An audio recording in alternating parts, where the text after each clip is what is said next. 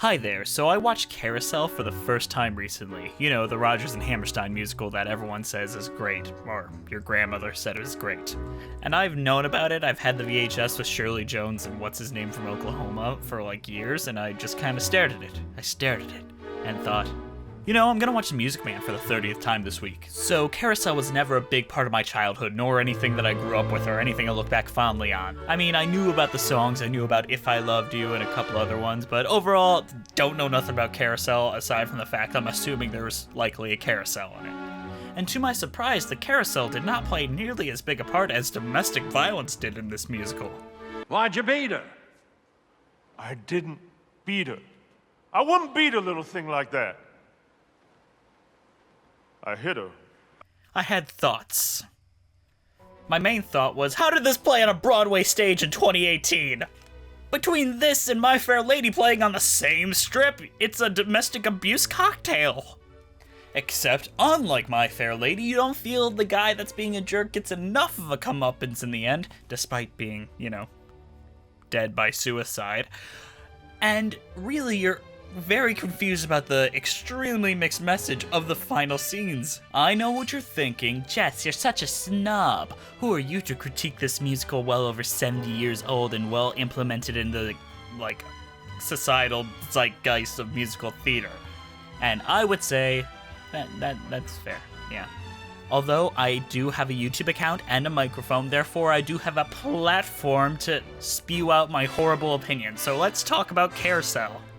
So the musical opens, there's a cool overture, and you're like, wow, I can't wait to see what happens next. I hope there's no domestic violence or anything.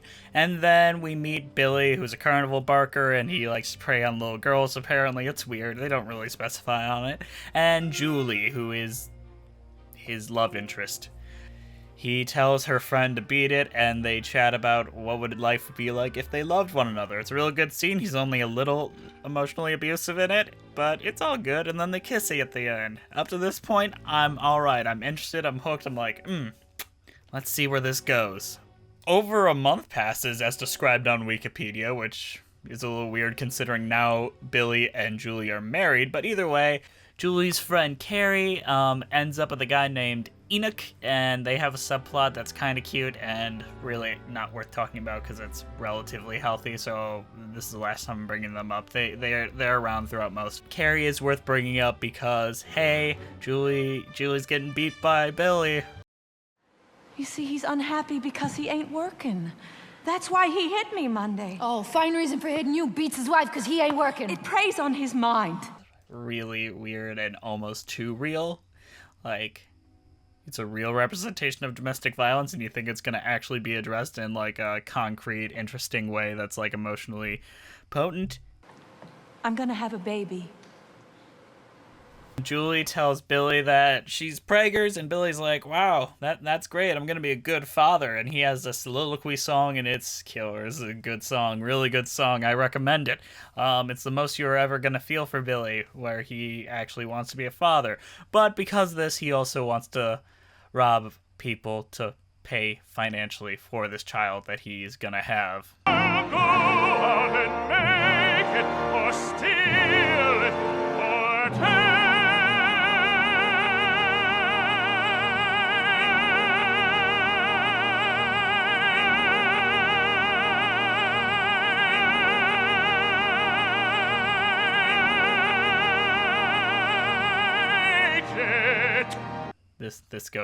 This goes about as well as you expect it to. So there's a clam bake or something, but who gives a damn about that? That's just fluff. That's fun. It's the 40s. We have to put this stuff in there so people don't slit their wrists, all right? So Billy fails at his robbery. The other guy he was robbing with runs away, and he's like, I ain't going to jail again, coppers, and he stabs himself and dies. I knew why you hit me. You were quick-tempered and unhappy. That don't excuse it. This is like halfway through Act 2. About an hour and a half has passed through, and you're like, oh, he's dying. Aren't musicals like 2.5 hours long? Guess we're going home. But no. But here's where the musical takes a weird turn, and Billy goes to heaven and chats with the guy, just some guy who's hanging up stars and stuff. But he goes up there and chats with the Star Keeper, as he's called, and he's like, dude, you are like the worst person. You did not do enough to get to heaven. But there is the loophole. That you're entitled to go back for one day if you want to. Then we get the dream ballet, because every musical had to have a dream ballet in the 40s because we're still kind of in between vaudeville and actual storytelling, so we need to have dancing. And through that dream ballet, he watches his daughter grow up, and he goes down there to try to impact her life positively, because she's getting berated and bullied because her dad was a thief who killed himself, which, accurate. And you're never gonna guess what he does within this, like, 3-minute encounter he has with his daughter after being brought down from heaven. He hits her! Let go of my arm! I just want to help you. No! Please, darling. Please. Holy shit. But she, oh, this is where this musical gets to me a little bit. Like, I don't know if I can handle this. Like, it feels weird. I'm just gonna play the clip and let you see this. Okay, let's see that line. But is it possible, Mother, for someone to hit you hard like that, real loud and hard, and not hurt you at all? It's possible, dear, for someone to hit you hard, and not hurt. This is like the least woke musical I've ever seen. Then we cut to his daughter's graduation from high school, I guess, and the commencement speaker gives the only good piece of advice in the entire dang play. You can't lean on the success of your parents, and don't be held back by their failures. Makes no difference what they did or didn't do. And Billy's like, oh, believe him, it's a good lesson. And then he gets to go to heaven, because that negates all the beatings he's done up to this point, I guess. And at this point, when you're standing up clapping because, you know, these are talented performers and everyone deserves to clap, you're thinking, where the fuck was the carousel in all this?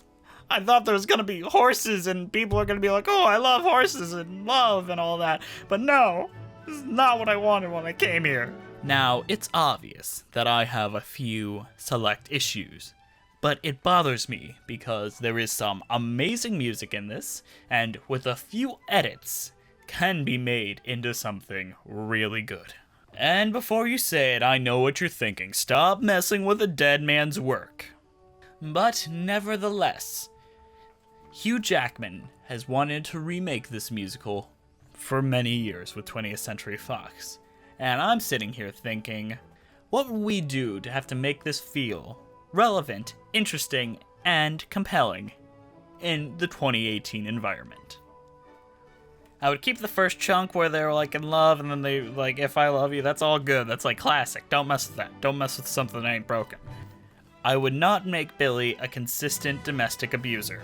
Nope, that would not be good. I would make him a man with a temper that only hits her in the middle of Act 1, and then later he finds out he's pregnant. Hits her only once.